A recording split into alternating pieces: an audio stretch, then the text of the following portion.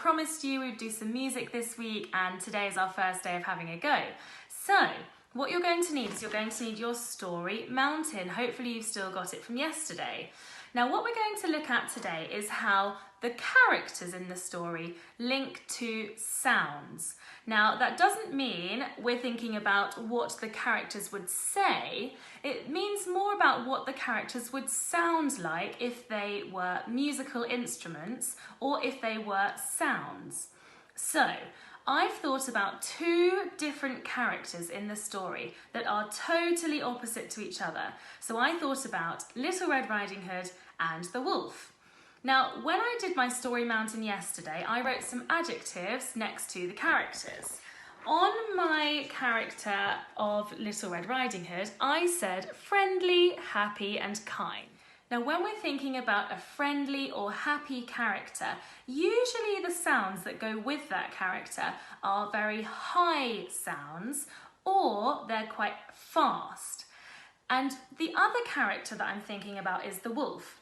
Now, when we think about the wolf, I have said for my adjectives, I said greedy, I said nasty, evil and sly.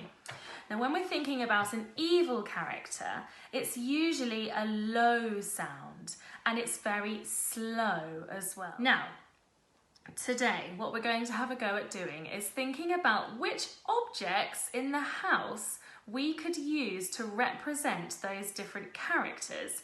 Now, what I'm going to do is I'm going to quickly run around the house and see which objects I can find to match those characters. So I'm looking for a Little Red Riding Hood sort of sound, which I think is going to be high-pitched and it's going to be quite fast.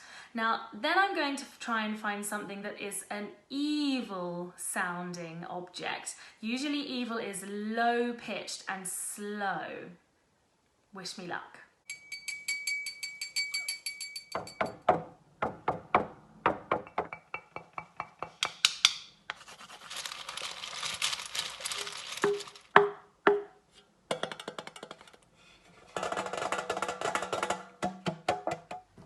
Well, that was fun. I wonder if you can tell which sounds were the high-pitched sounds and which ones were the low-pitched sounds. If you're not sure, go back and listen again and see if you can work it out. Now that I've found my objects, I'm going to try and match them to the characters. So I think that the highest sound that I had was the glass and the whisk put together. When I put them together, they sound really high. Now that sound could represent Little Red Riding Hood in the story. And then what I've got to think about is a low sound for the wolf. Now I think the lowest sound was actually from the milk.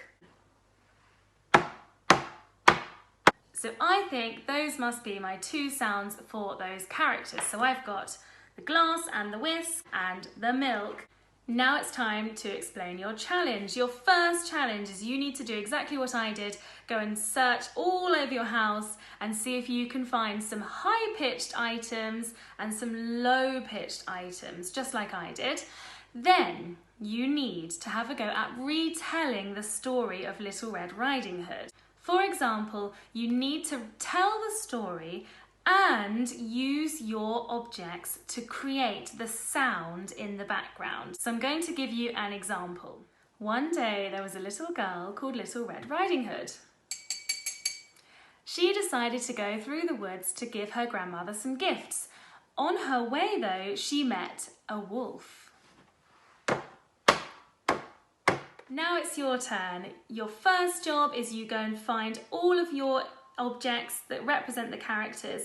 For a challenge, you can try and find objects for the other characters in the story, or you can try and think about whether those characters would be loud or whether you think those characters would be quiet. So for Little Red Riding Hood, you might want to try and make your sound a little bit quieter to show that she is kind and polite. And for the wolf, you might want to make your sound even louder to show that he is an evil, nasty character.